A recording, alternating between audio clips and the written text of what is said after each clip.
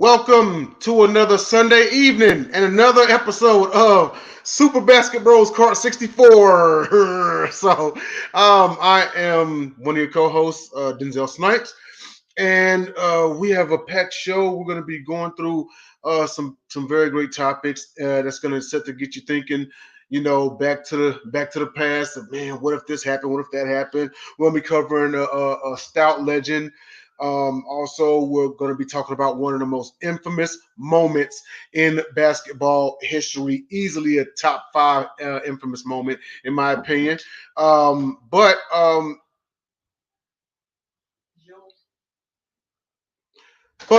Excuse me. Let's bring in my cohorts. So, introducing first, he's coming all the way from Atlanta, Georgia. He is from the University of the Pundits, of all pundits, and this is going to be Jacob Christner. Give it up. How's it going, man? I've got these healthy eyes still for whatever reason. Don't need the big glasses that we're about to see Dom have. So it feels good. Maybe I'm bragging for now, at least.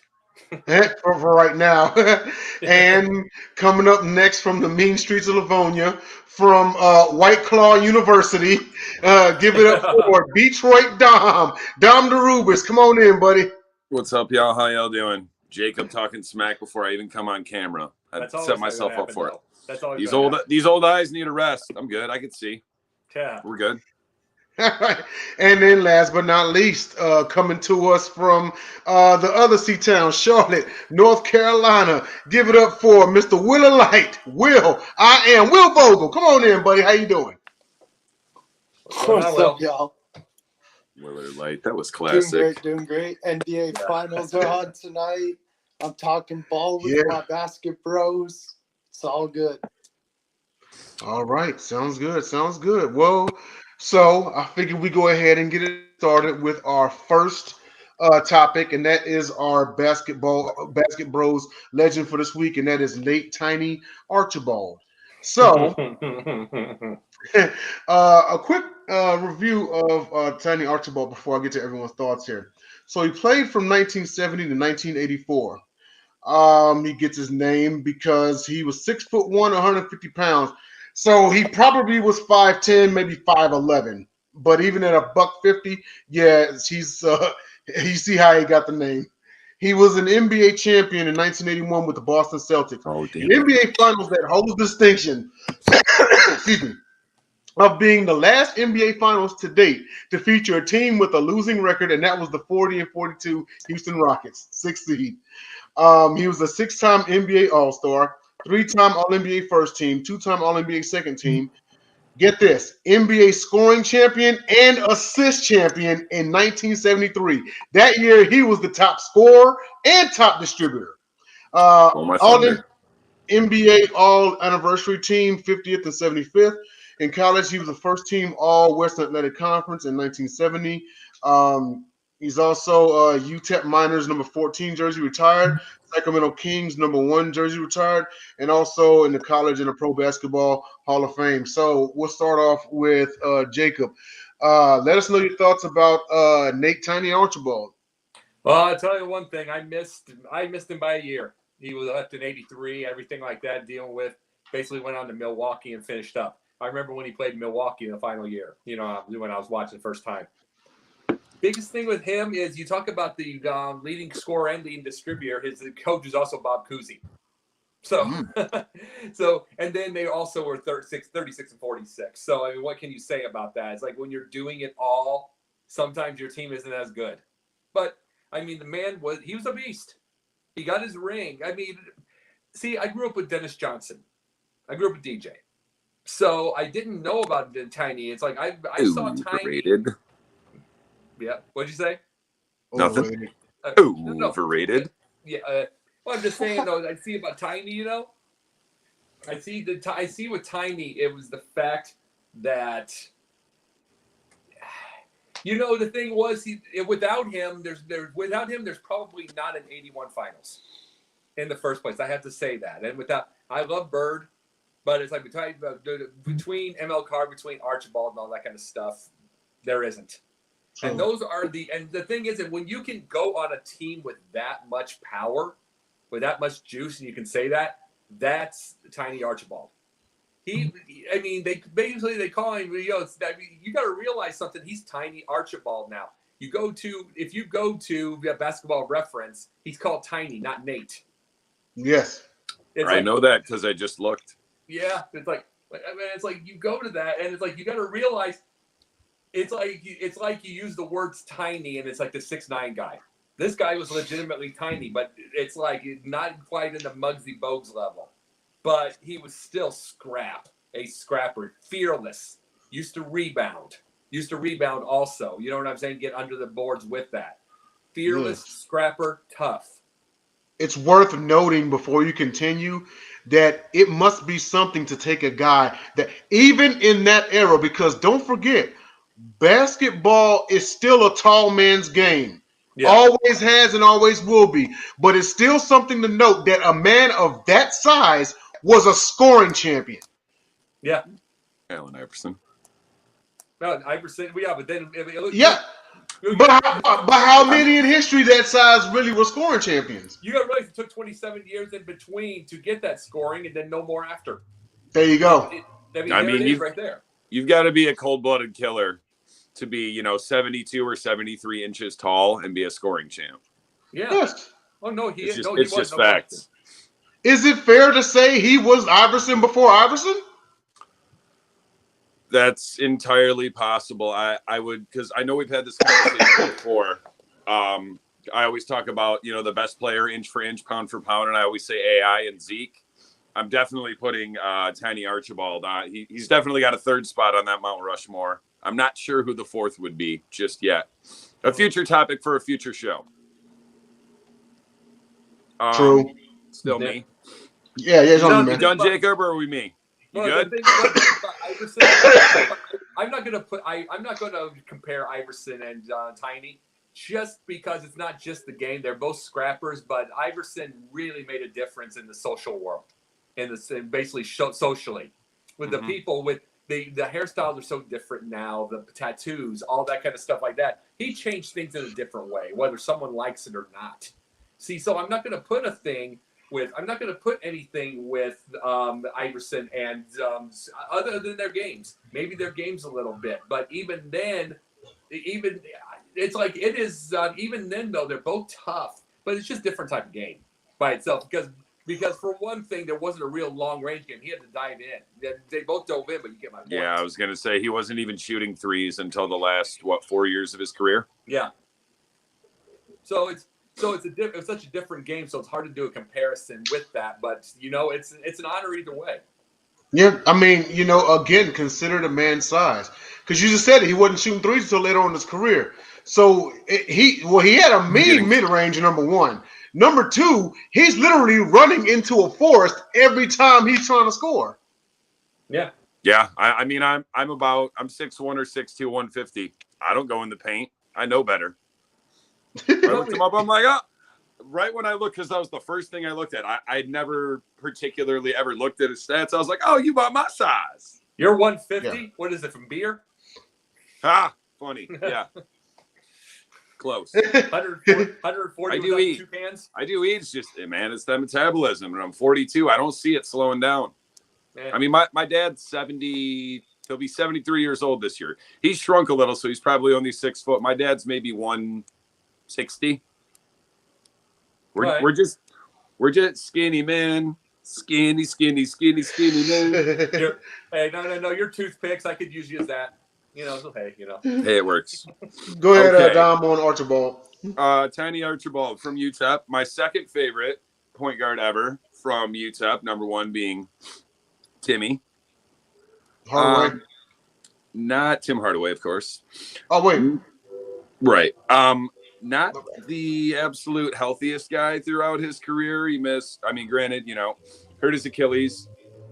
Is this clown playing the piano? I'm sorry. I might have to go upstairs and fight someone. You don't like pianos?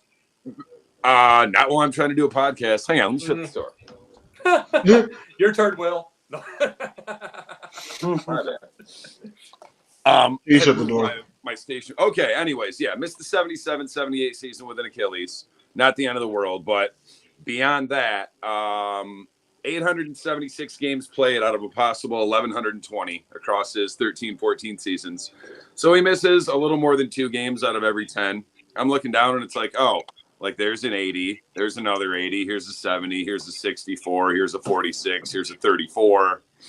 But when you're 6'1", 150, unless you're just, it's not like you could just hang out the 3-point line because it didn't exist. You're going to miss some games. You're going to go to the hole. You're going to draw some contact. You're going to get hurt. But it amazes you, though, when you say the term 6'1", it's like that is tiny in any level at the NBA. It wasn't just a clever nickname, sir. Yeah, it's not even that tall in the NFL. No, but it's miniature. But just think about this with the builds of these men now. It's like even then to now, these are athletes. That's a different look. Who's the twiggiest dude I've seen in a long time in the NBA, and I worry about that for him, Ja Morant. Yes. He's kind of twiggy. Yes. He's got to put on a little bit of weight and develop that NBA 3. Well, just wait till Chet shows up. You talk about somebody who needs to gain some weight. Oh my Lord, that's 7 foot. You know he doesn't even weigh 200 That's pounds. 7 foot of you. He is. I've said it ever since I saw that guy playing. I'm like, is that I'm like, did they put a basketball uniform on a praying mantis? Yeah. I'm skinny. He's not far off, dude's arms and legs. His arms and legs are skinnier than mine, and that's saying something. What else about Nate before I wrap up? Hall of Famer, obviously, like you said, Jay did a pretty good rundown, but anytime you can get a Hall of Famer and you pick him in the second round, that's good. Plus, he's also from the Bronx, so mad respect to that. What you got, Will? So I did a lot of research on Nate Archibald, and he was a playground legend in New York, which I didn't know. When he was traded to the Celtics, ironically, he showed up 20 pounds overweight. Wow. Yeah. Whoa, what? How is that even possible? I've been trying to gain 6 pounds in a calendar year for 20. And so I'm like he also 33% of the way there. He also helped the Celtics to the best record from 1979 to 82. Mm-hmm. He led the NBA in free throws 3 times. In 1996, he was named to the 50 greatest players in NBA history in 1996. And then, I didn't know this, he failed to make his high school basketball sophomore year, but he made it junior and senior year only. Huh, okay. Not bad at all. I mean, and you brought up that he helped lead them to the best record in the NBA. The year that the one ring that they won, the one ring that he won, they went 62-20 that year. I'm still tripping on 20 pounds overweight. I would have to eat a stick of butter 3 times a day for a year to gain 20 pounds. No, it'd be about 2 pounds with you still. Yeah, but I'll tell you this. I was thinking about this, the free throw champion. Could you imagine watching the Celtics and your free throw shooters are like Larry Bird, Tiny Archibald, Dave Cowens, who was about 83% himself, It's like just going to the Elite line free knowing you're not going to shooters. miss. There is exactly. Just your whole team, your whole lineup, you're going to the line and it's 9 out of 10. I Your want to whole see lineup. their Can you free imagine- throw can you stats imagine that those now? years. Can you imagine We that need to look now? that up. No, Unbelievable. could you imagine that now, considering that there was one player in the playoffs that had 4 for 47? Unbelievable. Eric Snow, his sophomore year at Michigan State, shot like 24% from the free throw line.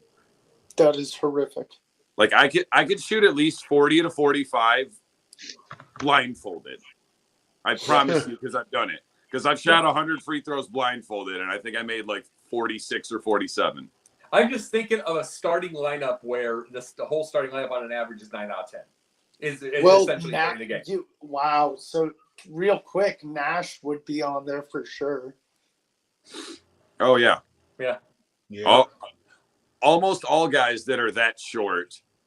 Anyone that's 6'3" and under is a phenomenal free throw shooter. Iverson, not a great free throw shooter. He was, I think, low 80s. Yeah. You talk about Steph Curry. What's his career percentage? 90 plus. Isn't it like 90? Yeah. 92, 93. Yeah. Yeah. Curry had a 50-40-90 season, if I'm not mistaken. Say what? Curry had a 50-40-90 season, if I'm not mistaken. Yes, he did. I think so. I think he also at one point hit like 50 plus straight. Yeah, that's the one advantage he has over Durant and even LeBron is he's a way better free throw shooter. You guys, Durant's a pretty good free throw shooter. LeBron, that's one thing about his game that's always really disappointed We've me. always known he's not that good at the free throw line. That's the one thing LeBron will never do, the 50-40-90. The thing that I don't understand about great players, like it's right there in the phrase, free. Yeah. Those are free points. Yeah. Not 3 points, 3 points. Yeah. And like you said, a whole team shooting 90%. That's big. That was just normal. That's big quarters, that beginning of the game, end of the game. Let alone when it gets to crunch time, it's like, oh, who are you gonna foul? Who are you gonna foul? Exactly. Foul Bird, have fun with that. Oh, but there's right. Katie. Yeah, there's no Shaq out there or Andre Drummond for you to hack. Yeah. The guy you hack shoots 82.5%, and he's the worst one on the floor. Who? I don't know who it is, but I'm saying the worst guy shoots 82.5%. Robert Parrish was like 81%. Yeah. I mean, just like over and over. 83% was Mikhail, and I'm just thinking of these times. It's like I can't. The only reason I'm bringing this up is because I can't imagine, just going off the beaten path here. Why do we have so many bad free throw shooters? I mean, you're saying free throws. Because they're all practicing 3-pointers instead of free throws. Because the fundamentals of this game have slowly eroded for the last 20 years. That's why it's part of the reason that we have this show. That's why. So we can have a show. There's your answer. That's true. Should we go to our next topic, guys? Yeah. Let's transition on into the next topic. All right. So this brings us to this week's Basket Bros What If. So in 1997, Shaquille O'Neal was traded to the Los Angeles Lakers. Of course, Kobe Bryant was drafted in 1996. But, seeing as that was the team that he started off with and the team that he went to the finals with, he went to his first finals with and all, one has to wonder. And especially since later on in later years, you got McGrady, you got, I think Vince played there a little bit, and just others in history. I'm not saying he would have lasted as far as Dwight Howard, but one has to think, what if Shaq never left Orlando? At the same time, what if Kobe begins as the face of the Lakers? Start us off, Dom. What do you think? I think we kind of touched on this briefly once before, but I can sum it up pretty short and sweet. Assuming that Penny stays, which why would he leave? Assuming Penny stays as well with Shaq and stays relatively healthy, I see them. Obviously, and it's crazy, and I know you and I have had separate conversations about this before. That first year they got to the finals, I don't know why, but that was when Akeem Olajuwon taught me about the huge Huge difference in skill between him at that time and Shaq at that time. Like they got burned out of there so fast. There was dust flying everywhere. Right. I was shocked. I really thought Shaq was better than that. And that was, I mean, I knew Akeem Olajuwon was always really good, but that was some of my first exposure to him. So I watched him all throughout those playoffs. I knew he was always good, but I was like, wow. I mean, it literally took me one set of NBA playoffs where I was like, those are the best post moves I've ever seen, and it's not even close. Like, I couldn't even tell you who had the second best post moves. Maybe Kareem. But yeah, so I see Orlando getting 1 or 2, albeit after that. In my mind, that would have to be they're not getting past Houston anytime in the near future. I'm also not sure that they're getting past. Maybe they steal one from Chicago in a conference finals in one of those 3 years that Jordan comes back. But even after that, they're still keep in mind they already did. Huh? Keep in mind they already did in 1995. Right, but wasn't that also the year that Jordan came back and played like half the season? Right, but that same Jordan also averaged at 32 points per game in the playoffs. People leave that part out, though. So then thank you. That kind of proves my point that they were capable of knocking them off, which means they clearly could have done it again. I think they get at least 1, maybe 2, maximum of 3, because that's how good. And they had a good supporting cast as well. It's just it was so short-lived, but that's how good Shaq and Penny were together. I think just the two of them and a few role players, you're beating most teams in the West that the Bulls beat after Houston was no longer a factor. As far as the Lakers go, I think you would see Kobe have a career on a similar arc of LeBron, where he's thrust into the spotlight more quickly. He gets a lot better more quickly. Wins probably around the same amount of rings. Like, obviously, him and LeBron are different types of players. I think it probably ends up throughout the course of his career. I think he gets around the same number of rings, but I think it narrows the gap in the comparison between him and MJ. Because if he plays that long of a career and is a starter from day one, he was good enough to start from day one. Like, he came straight from high school. Clearly, he was good enough to start, but he wasn't accustomed to, he was never not the guy from the age of, 8 or 9 years old up until he got drafted. He was always the guy. And then being put on a team like that, where he did not have the opportunity to be the guy right away. Like, I mean, obviously he still ended up being a great player, probably top 10 all time, but I think it stunted his growth a little bit. But outside of that, whoever wants to go next, Will. I got one for Jacob, and before you go, I'm going to bounce a small question off of you before you go. Go ahead. And that is, with the Kobe beginning in his career as the face of the Lakers, and everybody has had pretty much anointed Kobe as Jordan 2.0. Even Jordan himself has said this, So if we're going to go this route, in order for him to be successful, we have to give him a Pippen. Who during that time period would have fit best as his Pippen? Boy, that's tough to say, because great question. That's a very good question, but it's like, you got to realize what I knew about the Lakers in '96. And I'm going to answer your question in just a second. Let me bring this up with this. Kobe had to work his tail off. Right. He had to work his tail off. He wasn't the face yet, but he had like his first year of 7.6 points, then like 15, then 19, then near 20 a game. He had to work his absolute butt off. He talks about Mamba. He had to be Mamba. He had to get all that stuff. Here's the deal. I love Shaq in Orlando. Mm-hmm. He was dribbling the ball up the court. He was the leading fast breaks at 7'1", 315. He had great hands, great passing. He had all that stuff like that. He was in shape. It was all that stuff. Good footwork too. Great footwork. In LA, he got lazy, he got fat, he ran people over. And it came in, it was the perfect storm with Kobe. Kobe needed Shaq. Do not get me wrong, because I don't know if there's a Pippen, because LA was pitiful for a good bit. Mm-hmm. It was like just their reputation and everything, like they're getting right now. Yeah, post Showtime, pre-Shaq and Kobe. Yeah. And it's like horrible. And it's like, the thing about it is hard to say. I think Shaq and Kobe was a perfect storm. They worked well together. I think Shaq wins with Penny before Kobe wins with anybody else. Don't get that wrong. But it was the perfect storm. It's like, I mean, Kobe came alive when Shaq got there. He got his man. He got his man. He got the big boy in the middle. But at the same time, Shaq came in always 375 pounds, and he had to keep losing the weight.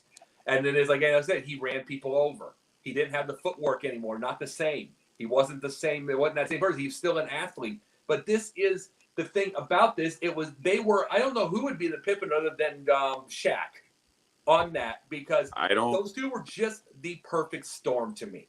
I'm trying to think of that era of someone that was that great of a defender, also a point forward, also a legitimate scoring threat. Exactly. It's old Pippen. Yeah, no. I'll tell you this. Let's do a what if on this part. What if Kobe got Shaq from Orlando all his career? Do you beat him at all? Do you beat them at all? It would have had to have been. So this is now keep in mind. Would have or could have happened in LA. That would have had to have been Kobe staying in Charlotte and then Shaq ending up there. Shaq was gonna get fat in LA. He got terribly lazy in LA. But what I'm saying. But could you imagine Kobe having the 7'1", 315 that could lead fast breaks, that didn't get injured, that didn't all that? Could you imagine that? I mean, that might have been the most unstoppable force. Even then, coming out of LSU, he was 7'1", 296. Yeah. He was in the high 200s. With the same strength, the same velocity. Yeah. You know what I mean? I'm sorry. Go ahead. Oh, if Kobe would have gotten that Shaq, that's frightening to think about. It's very frightening, actually. Because you talk about two dudes who go up and down the court and whatnot, But going to work Pistons still beat them, but it's still scary for other teams. It is, absolutely. Well, what do you think? Well, what do you think? What if Shaq stays in Orlando, and what if Kobe began his career as the face of LA? So I agree with them. Shaq could have won one or two rings. I lean towards one, maybe two. Kobe's career would have been different. I was talking to you pre-show about this. Kobe, I look at all his finals appearances with Shaq and others, and hear this. Starting with 2000, in the 2000 finals, Shaq averaged 38 points, 16 rebounds. The next leading scorer after Kobe, if Shaq wasn't there, the next leading scorer after Kobe was Glenn Rice, and it was 11 points per game. Don't get me wrong. Nice. Dom and I love Glenn Rice, but he was 33 years old at that time. An older Glenn Rice. Ron with the Harper knees of... hold on. But was still dangerous with the three ball. Mm-hmm. He was, yes. Ron Harper was averaging 10 points per game, 4 assists, 36 years old. That would have been I don't know. That's a toss-up. 2001 NBA Finals, Kobe, the leading scorer after Kobe would have been Derek Fisher with 9.8 points per game. Rick Fox, 9.8 points per game. Kobe would have to carry that team.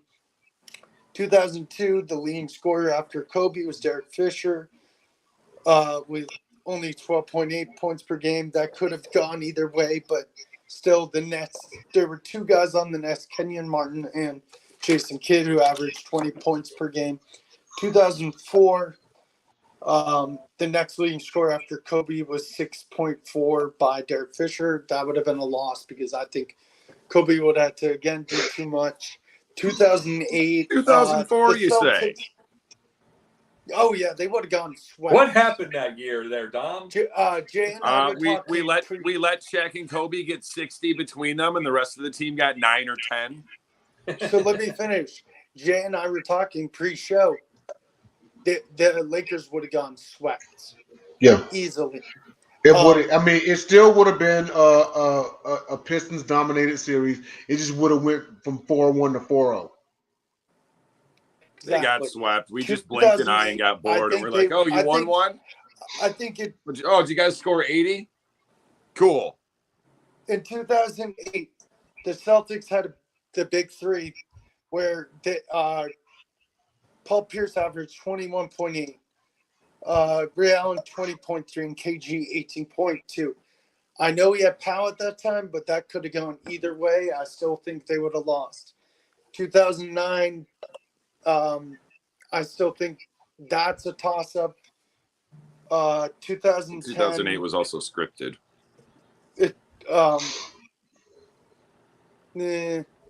Debatable. 2010, the leading scorer was Powell, Gasol, then Ron Artest. So I think Kobe would have ended with 1 or 2 rings, or 3, less than he finished with originally. So mainly 1 or 2. Okay. Now, and you know what? I mean, he did win 2 without Shaq. So if you think about it, that kind of evens out. You know what I mean? It's just that exactly. It would have been for his whole career versus like half and then the other half. So yeah, but it still would have amounted to the amount that he would have won. I give Kobe 2. I give him 2. Right, But we're at the halfway point of the show, and this is the time to shout out our sponsor, Score No Score app. Dom. Always me. I'm like, don't pick me. Don't pick me. Don't pick Go me. ahead. Your hand was just your hand was scraping the ceiling. The Score No Score app. If y'all don't know by now, right there. I'm gonna tell you again. It's gambling for dummies. I know people that partake in it. It's a very small investment. They will give you some of their own money for you to play with. You can bet on the NFL and Major League Baseball, and you can bet on literally everything. You want parlays? We got parlays. You can bet on how much beer the guy standing in front of you spills when he's carrying 7 beers down the steps. You'll win. 3 in each hand and 1 in his mouth. You could bet on the number of ounces end up on the cement at 60 cents per ounce. Okay, that's not true. However, you can bet on that one, bud. Pretty much anything you can think of in the NFL as far as play after play, and in the MLB inning after inning, and what pitchers do and what hitters do. If you want to gamble some money on it, go on Score No Score. They will happily take your money, or they might give you some of theirs. Thank you, Score No Score, for sponsoring Basket Bros and most of Sideline Sports. We appreciate you. It's available on Apple and Android, Google Play Store as well, correct? It's an app. Yes. If you've got a smartphone, we all do, go on, hit the app button, type in Score No Score. There it'll be. Download it. Check it out. Definitely worth your time. You can win some money, and you don't have to know a lot about sports. Yep. And all right. And so this brings us to our third topic of the evening. And this is 80s or 90s players who would struggle in today's era. We talk so much about who all would, from today's era, and how they would fare back in the 90s, 80s, and 70s, and who all who wouldn't cut it back then. But very rarely do we ever talk about ones back then who would struggle now. We're talking about ones back then who would even dominate now, But who do you think back then would struggle now? And I'll kick this one off, and I mean, he's not a legend or anything like that. I'll just make it short, and then I'll pass it to Will. But hey, Will, you still with us? Oh, okay, you kind of froze for a second. My pick was Christian Laettner. Christian Laettner, he had a jumper. He struggled in the other area. He struggled back then. He struggled back then. Yeah. He struggled back then. Yeah. But the biggest thing that stood out to me is the fact that he was 6'11", but only averaged 6.7 rebounds per game. That's not gonna cut it. For a guy as heavily hyped coming out of where he came from and what he did. I mean, it goes without saying that he should have been way more than what he was touted to be. But even in just being a big man, like if you put him in today's game, he would have to be a stretch big, especially if you're only going to average 6.7 rebounds per game. Right. That's too low to be somebody down low. You know what I mean? You're gonna have to be like a Dirk. You're gonna have to be like a Durant. You're gonna have to be a stretch big, and do something. Now, the good news about him is he did have a jumper, so it could work out. Could, But my pick was Christian Laettner. Will, go ahead. Who was yours? So I brought up two guys. Both these guys were legends. John Stockton would definitely struggle. People are probably being like, why? Number one, he doesn't have the athleticism like the guards do today. And plus, he would need a pick and roll teammate, like a Karl Malone. You don't really have those these days, those guys who do the pick and pop anymore, really. The next one is Dikembe Mutombo. We all know he was a great shot blocker and stuff. He was a great defender, don't get me wrong. But these big men these days, like Jay said, Christian Laettner had a great shot. Dikembe Mutombo was not a shooter. He was a defender. He would have had to develop a shot, and I don't think he would have adjusted really at all to today's game. Like, he would have been a good defensive presence, don't get me wrong, but look at the guys nowadays who have a jump shot that are big men that can do average 10 and 10. I don't think he would have been able to do it. So those are my two. All right. Dom, what about you? Those are good ones by you guys so far. I didn't necessarily key in on one. I have a list of guys. I'll go through them quickly, but literally as you guys were talking, I kind of thought of two more. The first ones that came to my mind were Charles Oakley. You're killing me, guys. You're taking my spots. Oh, I got more. In case you got any more in your head, I'm going to take those two. Xavier McDaniel. I also said pick a gumpy, non-athletic center, and Will nailed it with that, with Dikembe Mutombo. But then the other one I thought of, and I put two question marks, but if you're talking about a legend, Patrick Ewing.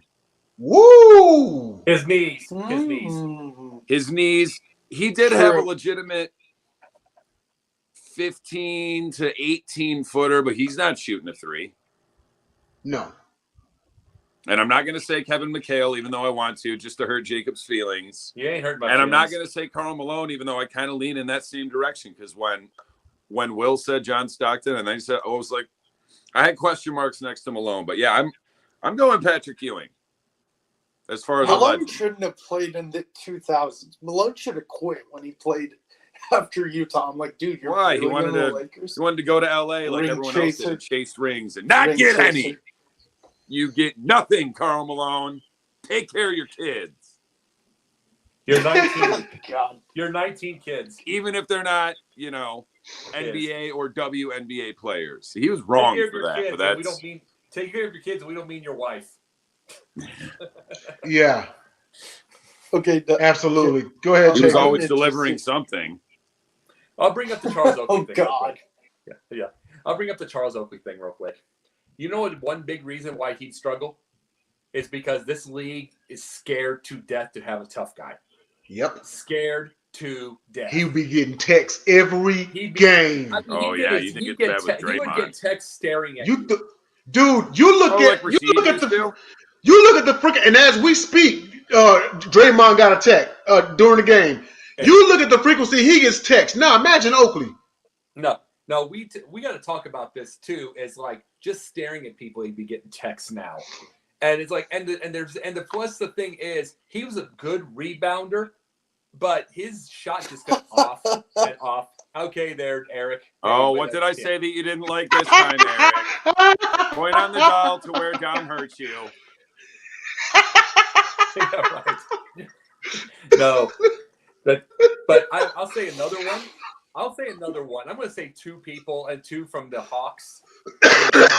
Kevin Willis and Tree Rollins. The reason I was going to say, don't you dare say Neat. No, hell no. I mean, Neat could shoot. So I'm not gonna say that. But People don't realize how good of a basketball I player know Dominique he Wilkins I was. watched 88. Yes! I watched the duel. I watched the duel. I know 26 a game for his career. 24, Yeah. 25, 26 game. Yeah. Without a 3-ball. And he missed Bird by 3 years. Bird and Neek on the same team would have been awesome. Oh man. Oh. And the Celtics on the Celtics. Ooh. No. That sounds like a good future what if segment. No kidding. No, the biggest thing about it is number one, Tree Rollins had about the worst offensive offensive game in the history of life. I mean, he couldn't have gone to the G League. He couldn't go to any league. He could not shoot, could not do anything. He was a defender. His name was Tree. The other thing is his name was Tree. He'd get chopped now. Yeah, I was going to say, I don't. Yeah. A guy named Tree just gets in your way. And Kevin Willis, again, he was Dominique's enforcer. And, I mean, good shooter, good enough, and he got his ring in his 19th year. He was a role player after a certain point. But, again, enforcers are gone, and I'm afraid of the day when hockey loses theirs. You know, it's like, I am too. Hockey won't. They won't. Hockey traditionally is that type of sport. They will never lose enforcers. Hey, when everybody tries to make somebody into a victim, hockey's going to be next somewhere. I hate it. Well, you see, here's the thing. Before you continue, here's the thing. Hockey's pretty much built on violence. So is football. Yeah. Okay. Somewhere along the line, people are like, "Wait a second. Basketball is supposed to be a non-contact sport." They just waited 50, 60 something years before they finally said something. That's what, from my eyes, that's what happened. But no. Tell that to Rudy Tomjanovich. Yeah, and Tom Johnson's got his nose broken. Football, violent. Hockey, by a violent. guy named Kermit. They are traditionally violent sports. That enforcer will not go away. Well, the enforcers now, but like I said, the enforcers they're just more skilled. If you say the word enforcer in the NBA, you get a technical. I mean, that's just what you say. The word enforcer, you get technical. It's like I think the announcers get technical for saying enforcer. The coach gets one from the bench. Yeah, I mean, they'll just give one. It's like the referees are just scared to death of it. I think Adam Silver's scared to death of violence. They are, and the thing is, and this is the issue. I'm not saying violence is right. I'm saying this part. Someone brought this whole deal up. That's the first game of the NBA Finals got 8 million, and the lowest in the NFL, the lowest playoff game was 23. And it's like, I think Tatum brought that up. And it's like you can't keep stepping on fouls with the NBA. You can't keep stepping on them to see. Oh my God, we don't want them to get hurt. We can't keep bubble wrapping everything. You gotta let the game flow. You have to. You do. It's like because. All we can say is I look on YouTube. I look at YouTube, and there will be Celtics-Lakers 1984 game, 1985 or whatever, whether it's clips or the whole game, they'll get 50, 60,000 people watching. Uh-huh. And this is this era. That's not just the old people. This is just era. People are looking at a really high... It's most of them are Will just wanting to know who the hell we're talking about. Yeah, no, you're right. But I know 80s players. Are you kidding me? But your views count. No, but I'm just saying, they just see all they see though is a high octane game where everybody moved around. And they're curious. I mean, I am looking at DJs and YouTube so looking for subs that are looking at old Larry Bird games and old Magic, and they're like, oh my dear God, movement! Oh my God, look at those passing. They're not used to this thing. And what do you mean it's not one guy with the ball and 4 guys standing around? Yeah, they're looking at this and they're like, oh my God, look at this. 5 guys standing around because the guy with the ball is just dribbling in place. Because it's Russell Westbrook trying to dribble the dots off the ball. Yeah, exactly. I mean, they're so curious, and it's like, this is going to keep hurting the NBA if we're not careful. And by the way, Jennifer, you're absolutely right. He does. Oh, 100%. He's the whiz kid. Yeah. You're absolutely right on that. Forgot that was my nickname. Whiz kid. That was the first one. Will or Light was better. I do better when I've had a few. You know, shout out to you always have a few. Will had brought up John Stockton and the fact that he doesn't have a true pick and roll. But let me bounce this off you, Will. And if he has you no were athleticism. No, he really doesn't. But let me bounce something off you, Will. What if you threw him on the small ball Golden State? How does he work out?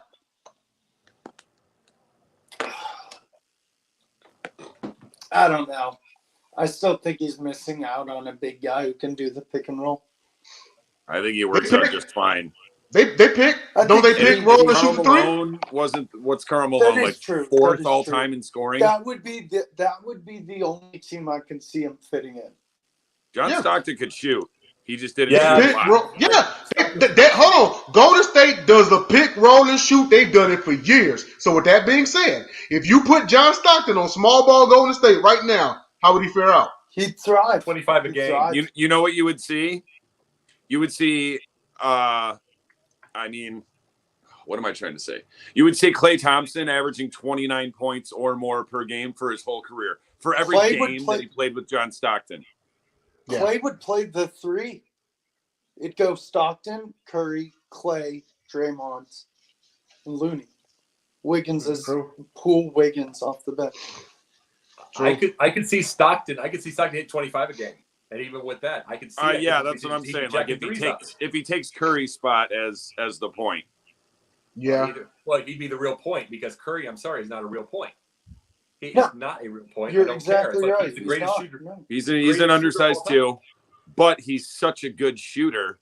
Other people get open. I've only seen Klay Thompson dribble the basketball like 11 times in my life. In theory, you would move Klay to the 3, Curry to the 2, because let's face it, he's a 1 masquerading as a 2. And Stockton would be the 1. Keep Draymond at the 4, and then whoever at the 5. Right. A cardboard cutout of Andrew Bogut. Because the Warriors, Poole just got a technical. Poole got it. Yeah, they're taking everybody tonight. The crazy part about that lineup, though, is now you have 2 distributors. Mm-hmm. You see, now you got Stockton and Draymond. Yeah. You know, Requiem for 8 years ago, Draymond in Detroit. I really thought it was going to happen. He really thought it was maybe going to happen. No. Like I said, though, it's like I would just switch off Stockton with Curry if he would have been there in the first place. Because let's just say Curry's the greatest shooter of all time. But I'm tired of them calling him a point guard. He is not a point guard. He doesn't move around like a point guard. He doesn't distribute like a point guard. He doesn't. Kind of say the same thing about AI. Shooting guard. Say the same thing about AI, and he wasn't even as good of a shooter as Steph. No one is. But AI, an undersized shooting guard. I said it then. Yeah. He's an undersized too. I said it then. Isaiah Thomas, Should we go really. to our last segment, gentlemen? Isaiah Thomas got assist. Yes, absolutely. And before, I'm sorry, Jake. While I'm bringing this up, go ahead, man. You gonna say something? I said Isaiah Thomas got assists, though. He could distribute. He did. Thomas was a true one, though. Thomas was a true one. You know. He was. But our last segment is, in my opinion, one of the most infamous in NBA history, easily a top 5, and that is the 2004 Malice in the Palace. So a quick rundown. This occurred on Friday, 19 November 2004 at the Palace. So the Pacers were up 97-82, and there's 45 seconds left in the game. Ben Wallace was going for a layup, and Ron Artest fouled him. Wallace shoved Artest. A fight broke out, and they separated everybody. Artest actually went to the bench to cool down and put on the headset to talk to, I think it was one of the coaches. And a fan threw trash at him and hit him, which prompted him to go into the stands and engage that fan. And it actually reminded me of the Vernon Maxwell incident. But we talk about fan involvement, wrongful involvement nowadays, and we mention the things that they say now.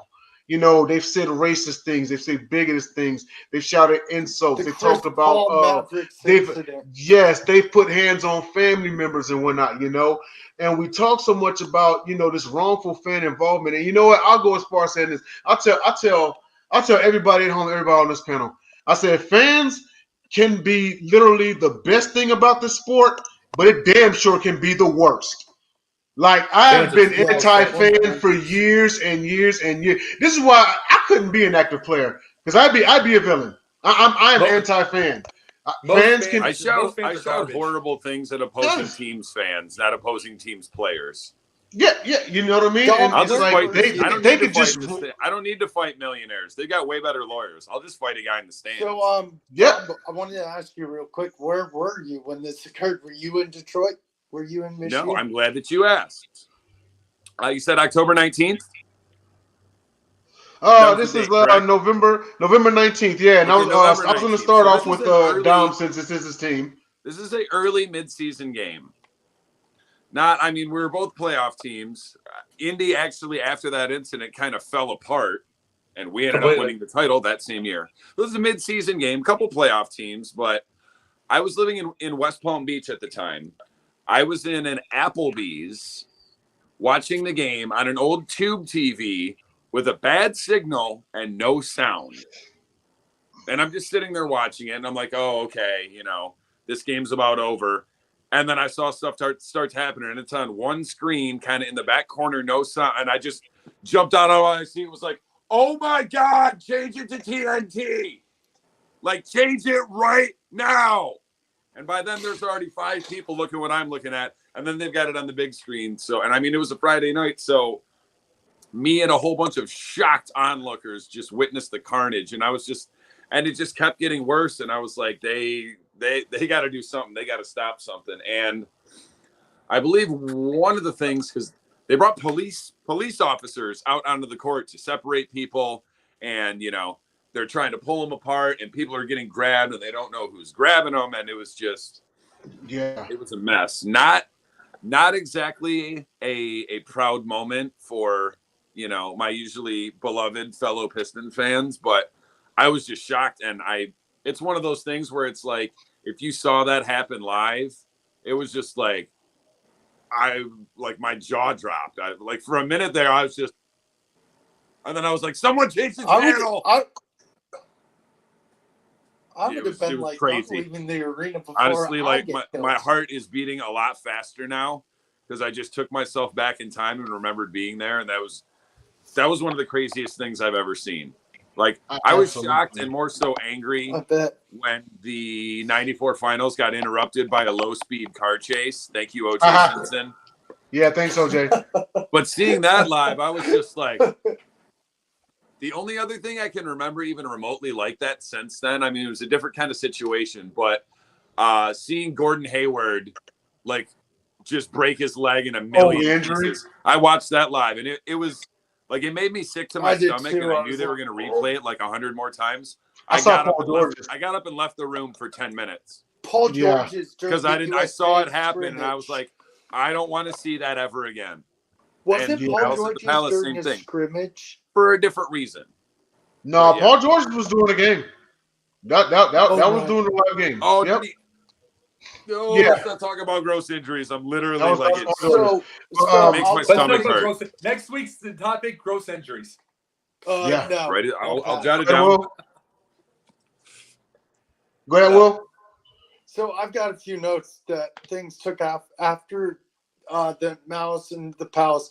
The NBA changed. The NBA imposed new security guidelines for the NBA.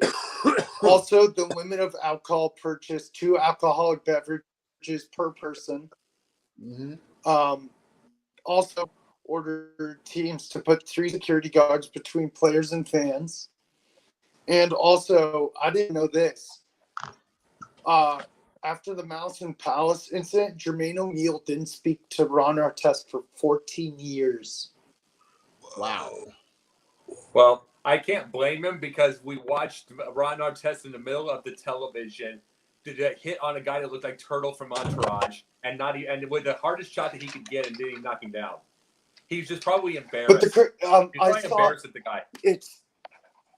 I read what he said. He was like, "Oh man, we could have done so much more." It's crazy. It's crazy. 14 years.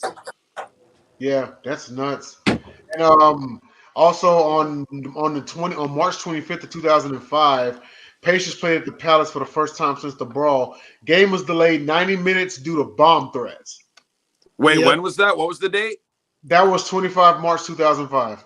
I was there. With clown paint on and a yellow sign that said TNT Tayshaun Nails Trays. Really good seats too. There's somewhere. You are the X-Pac of our team here, Val. I was there. I was. Yeah. Jacob, what were your thoughts about Madison Palace? If you're a Piston, you had to be there for that. Yeah. It was the last year in Tennessee. And literally, like, I'm not a religious man, but we walked in and I was like, I put my hands together and I'm like, I really pray we don't see something like that again. Yeah. Well, no, you know something, but it changed a lot of things. Also, it's like because we don't have any kind of rough play because of that in the last 16 years or so. We are 17 now, 18. Wow. We don't have this really not in the case since that part in the first place. You let Beef Stew get his hands on LeBron James earlier this year. You might have seen a murder on the court. I would have loved it. But no, there's so many things that you see the change now with that. But I'm like I said to you before, I brought up the joke with our test. It changed a mindset. It changes a mindset of what size, because I was doing martial arts at the time. It changed a mindset that size meant anything in any kind of fight. Because here's Ron Artest. There's this fat guy who looks like Turtle, just walking up. He gives him cold cocks him twice. He doesn't come close to knocking him down. And it's like, and that changed my whole thing that big means anything and scrap. And it's like it was obvious that Ron Artest can't fight. But I wouldn't fight Ron Artest. That dude's crazy. Dude, if he couldn't knock Turtle down, he can't knock you down. But I'm just saying it's. What if he hit me with that Hennessy bottle that he went and got at halftime? Well, it was a Hennessy bottle. That was the yes, point. It was that's not his fist. He can't throw. But the biggest deal about that is now when I brought up earlier stuff from the 80s and stuff like that, and you watch everybody rushing the court. The biggest thing people are shocked at is when they watch NBA Finals. People the fans rushing the court for to celebrate the championship. No way now that happens. Yeah. No way. Because of males at the back. Way That's a too shame. much security. Because there is, I never heard anything, any of those times about players getting hurt or even fans inadvertently getting hurt. But now you'll never see that again. We're not going to see it again because they're going to have fears of a Malice in the Palace if you get that. And you got to realize another thing, a lot of fans travel. You know, the other teams' fans travel. When it was Celtics and Lakers doing that, there was majority their fans. They were there celebrating or they were there whatever. Now fans celebrate. You have to try rushing a court now. There's probably a brawl. There probably is a brawl now just because there are more of the other fans there. Mm-hmm. Of other teams. Teams travel teams fans travel a lot easier than they used to. Yep. And there's just a lot of changes. There was just a lot of changes with the Malice in the Palace. And it's like for the, a couple things for the better, but a lot for the worse because now we're bubble wrapped. Yes, we are bubble wrapped in the league. People feel bored with the game. It's like they don't let it flow. You technical everything. And it shows in the ratings. It shows with people watching. It shows we have a three-pointer after three-pointer. We don't have ball movement. We don't have anything. Pick and roll's not much. It's like that people were shocked at Boston's defense the other night because they never watched defense. They never watched defense the way that goes at all. No one moves around like that. They're shocked to see that. And Ime Udoka's got great defense, but it wasn't shown in that light until that. So we don't see these things now. People get shocked at everything because we have such a bubble-wrapped league all because of that one incident. Yeah. And another thing to think about is maybe, and there's no doubt in my mind that fans have actually gotten worse since then. Maybe it's because of what you just said. They feel like, maybe they feel like, I can say and do whatever the hell I want because now instead of just one security guy sitting in the front, there's like 8 of them. So he'd be out of his mind to try to rush the stands now. So I can say whatever I want. I can do whatever I want. And they've already been jawing with Kevin Durant on his burner account for the last 6 months. Yeah. So I'm going to show up at the game and talk. I mean, not me personally, but if I'm that guy, I'm like, I'm going to show up and talk trash to KD for real. What's he going to do? Make a mean tweet about me? Yeah. Exactly. It's a comparison of Kevin Durant's making a mean tweet about me. You get Larry Bird in '85. He got into a damn fight in the NBA Finals in a bar. And it's like, Pete, there's news that knows this. There's comparison between mean tweet and the guy that will actually get into a bar fight, who will get into that and swing, which is a dangerous deal. Yeah. And it's like, which is a dangerous deal. There's not going to be a threat of any of these players because they're not allowed to be tough guys. A lot more to lose nowadays too. Yeah. But they're not. If I got my ass kicked by Larry Bird in a bar and I realized after the fact I had it coming, I wouldn't sue him. I'd brag about it. I'd be like, yeah, kicked my ass. Larry Bird kicked my ass. Okay. Yeah. Awesome. Hey, we're at the 1 hour mark. We have to wrap up today's show. As a matter of fact, if you notice, it was called Malice at the Palace Part 1. So Part 2 could be next week. But I thank everybody for tuning in to Basket Bros. It's myself, Denzel Snipes, with Dom DeRubeis, Jacob Christner, and Will Vogel. And real fast, guys, where can we find y'all? And then we'll wrap up. Well, my thing is, I am during the season. I'm always going to brag about Megan Price's NBA carousel. I'm on there during the season. Be a different team, thankfully, next year. And it is unknown, but we're going to get a different team next year for that. So that's Monday nights. Tuesday nights, this time around, Confidential with a billion people in the on Sideline Sports. I'm on Tuesday nights, 11 o'clock. Thursday nights, the Pundit's Pundit, where we do the topics no one else does, and I'm proud of it. And then Sunday nights, right here. That is true. Right. Dom. Man, y'all know the deal. When it's NFL season, Monday nights, Alex Fleming's NFL Carousel. Tuesday nights, Megan Price's NBA Carousel. All different days throughout the week. They'd have me chained down to something. This chair with a headset on. I got these Lions people. My guy, Smoking Jeremy B. That's Wednesdays sometimes. That's Thursdays, Fridays. I missed a show tonight. You got the Gauntlet hosted by myself, as well as James Tatum, Joe Jenkins, Denzel Snipes. That's Saturdays at 8. Obviously, I'll see the four of us here on Sundays. Yeah, that's all I got, Will. Monday, Basket Bros. Thursday, Sip Off. Sundays, Basket See, I Bros. forgot the That's Sip Off. Oh, that's about it. All right. And this was another episode of Basket Bros. See y'all next week. Take care of yourselves. Basket Bros out.